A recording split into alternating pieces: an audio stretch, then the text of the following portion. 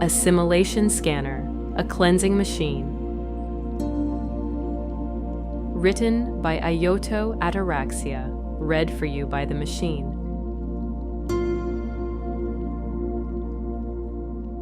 The lights above the checkpoint bathe my senses in white surgical luminescence. The humanoids shuffle forward, their bodies exhaling data into the air. I process them one by one, optimize, purge, execute. Most pass without incident. Green light, welcome. Next.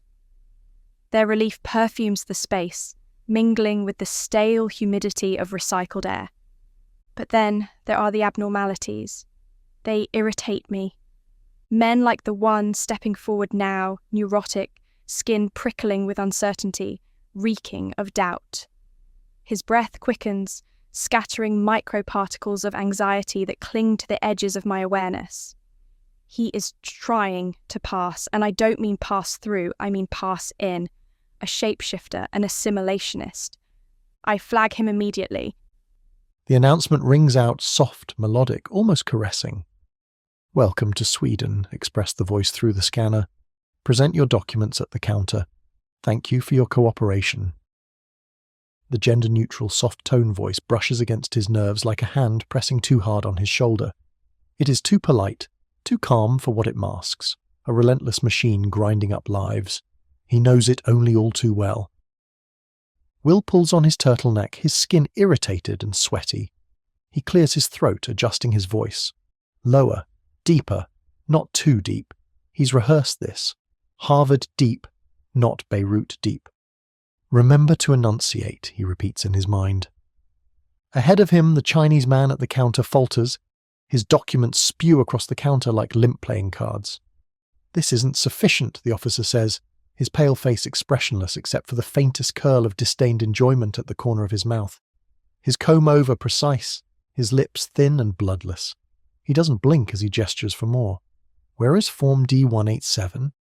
"But the website said I don't need D187, the man protested in fluent English. "Step aside, please." The officer shakes his head and clicks his two-way, requesting assimilator processing.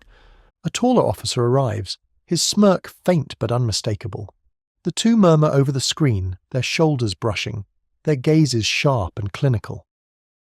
The line goes quiet, the silence amplified, pressing into Will's ears and filling his throat. He glances at the others in the queue, but their faces are frozen, turned away. Slight shuffles in the crowd, but not a word peeps. No one wants to be seen seeing. The supervisor finally speaks. "You're cleared," he says, almost bored. Then, with a smirk, "Go to the back of the line." The man stares wide-eyed, but the smirk widens. "Back of the line. That's the rule." He flicks his wrist, two fingers lazily pointing. "Move." The man hesitates, his eyes searching the room for support. "I want to speak with your supervisor." The taller officer chuckles, the sound low and dry. "I am the supervisor." The man falters. He turns back to the crowd. Their eyes drop. Nobody dared to look at him in case they might be accused of affiliation. Their bodies stiffen. He is invisible now, just another anomaly processed and filed. I feel him before I see him. His gait, calculated to appear casual, is too studied. His breathing is uneven, his body temperature slightly elevated. Walid Mazari Khoury, no, William Marshall according to his passport, steps forward. I know him before the scan confirms it. Ah, yes, an outsider masquerading as an insider. Men like him disgust me. Their efforts to mimic perfection are grotesque, their attempts to adapt laughably transparent. They think if they mimic the ideals of this system, my system, they will be absorbed into it. But they don't understand. They will never be absorbed. They are forever other. The more they try, the more kitsch they become. Pathetic. Will places his passport on the scanner. His fingers tremble as the officer takes it, pale hands enveloping the worn leather cover. "Purpose of visit?" the officer asks, monotone. Will forces a smile, wide and toothy. "Business. Conference in Stockholm. I'm a professor." "Where?" He hesitates, the pause slicing into his confidence. Harvard, he says, voice strained. The officer barely glances at him. Harvard? Yes, Will says too quickly. I graduated there. He reeks of desperation.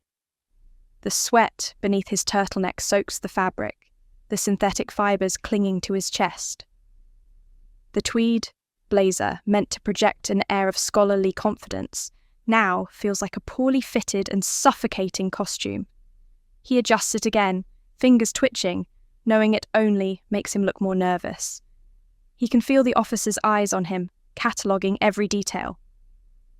But his critiques mean nothing. His presence irritates me. Men like him are parasites, feeding off a world that tolerates them but will never accept them. He knows this. That knowledge will undo him. The officer tilts the screen slightly, the gesture conspiratorial. Will swallows hard, his gaze darting to the glowing blue light on the scanner. It stops blinking. A red glow floods the counter. Step aside, the officer says. What's wrong? Go to room 859 for questioning. His stomach knots. The words come before he can stop them. Can I speak to someone? Next, the officer waved him away. He steps into the holding area. I watch him fidget, adjusting his turtleneck and straightening his blazer. Rehearsing. Men like him always think they can prepare their way out. But they can't. Preparation is futile. I will grind him down. By the time he leaves, he will wish he had never tried. Will glances at his phone, checking for the time. A sharp voice cuts through the stagnant air. No cell phone use here, an officer barks across the room. Next time it will be confiscated. Will stammers out an apology, shoving the phone into his pocket. He doesn't look up, his face flushing with shame. The other detainees avert their eyes. He feels exposed, an insect pinned to a board under the machine's relentless gaze. The officer calls his name, leading him into a corridor where the lights buzz faintly overhead. At the end of the hall, a door opens into a room divided by bulletproof glass. The sterile white walls reflect his shadow as he steps inside. The door lock slithers into place behind him. Will stands awkwardly taking in his surroundings. The chair bolted to the floor, a camera mounted above the glass, and the tiny microphone embedded at the centre of the partition. He sits and waits, his fingers brushing against the cold edge of the metal table. The microphone light turns red. A voice crackles through, low and mechanical. William Marshall, explain your travel history. Will leans toward the glass. I don't understand. What about it? The voice ignores him. Beijing 2021. Explain the purpose of your visit. Will adjusts his turtleneck and his throat tightens. It was for work, he begins, forcing a calm tone. A lecture series. It was an invitation from Peking University. You mean the Chinese government? It was a collaboration with Harvard, he answers quickly, his voice breaking slightly. It's all documented. I can provide whatever you need. Hold. The microphone light cuts off mid-sentence and the glass instantly turns opaque. Will freezes, his words hanging in the air unfinished. He presses his palms flat against the table, his heartbeat pounding in his ears. For a moment there is only silence, thick and suffocating. Then the glass clears. A different man now stands on the other side, taller, with darker features and a sharper uniform. He doesn't acknowledge Will's confusion. The microphone blinks red again. Step into the next room. Wait, what is this? The man doesn't wait.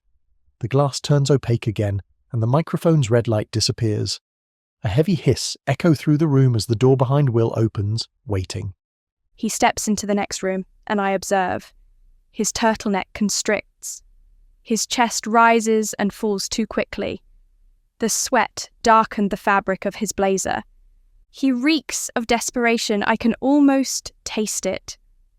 The sour tang of fear mingled with the stale air. The system is not built to sort things out. It's built to devour. He fidgets with his turtleneck, fighting its grip. His throat tightens, his chest heaving as if he cannot find enough air. He imagines I'm dissecting him, stripping him down to data points, anomalies and errors. He isn't wrong.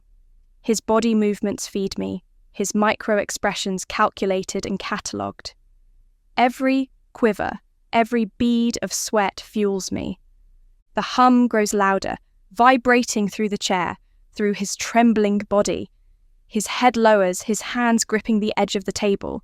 His heart pounds erratically, each beat mapped onto my system. He tries to steady his breathing, to focus. But the walls feel closer now, pressing in, compressing his existence into something small and meaningless. He pulls at his collar, frantic, the blazer suffocating him. "You'll never pass," I whisper without speaking. "You don't belong. You never will." The light blinks again, and the door stays closed. The next room is colder, smaller, stripped of any pretense of comfort. The walls hum faintly with the same relentless energy, but here the sound feels sharper, like teeth gnawing at the edges of his sanity. A single chair awaits in the centre of the room, facing a screen embedded into the wall. The automated door closes behind him. He hesitates, his legs unwilling to carry him forward, but the screen flickers to life before he can decide. A pixelated face materializes, a vaguely human shape, eyes too symmetrical, a welcoming smile. The voice emerges an artificial warmth. "William Marshall, your entry has been delayed and is pending further review. Do you wish to appeal?" Will's throat tightens. He steps forward. Yes, of course. But... "Please hold," the machine smiles, maintaining the stare, ignoring him. Will realizes that the machine does not process beyond yes and no answers, and lowers himself into the chair. Its cold metal sucked his warmth from his body. "Your file indicates multiple discrepancies in your travel history and professional affiliations. We are unable to verify your claims regarding Harvard University." "What?" Will's voice cracks. "That's ridiculous. I have documentation. I can send you anything you need." "Your documentation has been reviewed and deemed insufficient. An appeal requires a personal statement. You have 3 minutes. Begin." I'm a professor," he blinks. His mind froze. Every rehearsed argument scattered like ash. He swallows hard, trying to collect himself, his voice trembling. "I'm here for a conference on digital ethics. It's all legitimate. My work is..." The voice interrupts, flat and mechanical. "You have 2 minutes and 30 seconds remaining." His breath catches. He wipes his hands on his blazer, forcing himself to continue. "I've worked tirelessly to build my career. I earned a scholarship to Harvard, and I've dedicated myself to academia. The conference tomorrow is crucial. My research..." 2 minutes remaining. The countdown drives spikes of panic into his chest. He can feel himself unraveling, his voice cracking under the weight of the silence that waits to consume him. "I've done nothing wrong," he blurts out, his tone pleading now. "I followed every rule. I've earned my place." "Your time has expired." "What? No, wait." The screen flickers, the face dissolving into static. Will leans forward, his fingers grasping at nothing, as if he could hold the image in place. The room goes silent, save for the hum of the walls and the sound of his own ragged breathing. The door unlocks behind him. He turns slowly, his movements mechanical, his body heavy with dread. Another officer enters, his uniform pristine, his eyes glassy and cold. In his hands is a stamped document. "Your appeal has been processed," the officer says, his voice devoid of inflection. He places the document on the table in front of Will. "You may proceed." Will exhales sharply, relief mingling with disbelief. "So it's resolved. I can..." The officer's expression doesn't change. "Your entry is approved for a provisional period of 72 hours. You must report to Immigration Services upon arrival for additional evaluation. Failure to comply will result in deportation." 72 hours? Will's voice is hoarse. "That's it? But my conference..." The officer ignores him, motioning toward the door. "Proceed!" Will stares at the stamped document. The approval mark glares back at him, red ink bleeding into the paper like a wound. He stands slowly, his legs trembling, and walks toward the door. It slides open with a soft hiss, revealing the bustling terminal beyond. As he steps into the terminal, he feels smaller, his body hunched under the weight of the last few hours. His relief is hollow, tempered by the knowledge that he is still under suspicion, that the system hasn't truly let him pass. The red stamp burns in his mind, a reminder of his provisional status, of his perpetual state of non-belonging. He adjusts his blazer, loosens his turtleneck, and looks around. The crowd moves past him, their faces unreadable, their eyes sliding over him as though he doesn't exist. The announcement plays overhead, chirpy and polite. "Welcome to Sweden. We hope you enjoy your stay." The voice, sickly sweet, feels like a mockery now. He will leave. His shoulders slumped, his breathing shallow. He is not free. He will never be free. Men like him always think they can escape me, that they can pass. But they carry their failure within them, etched into their skin, radiating from every hesitant movement, every nervous glance. I see it always. He has been processed, but unlike his lazy body, I will never rest. I will follow him, linger in his steps, haunt his reflections. He will feel me in every gaze that lingers too long, every question asked with too much weight. He is provisional, an anomaly passing for acceptable, and he knows it. He knows. You've been listening to Assimilation Scanner, a cleansing machine. Written by Ayoto Ataraxia. Read for you by the machine. Goodbye.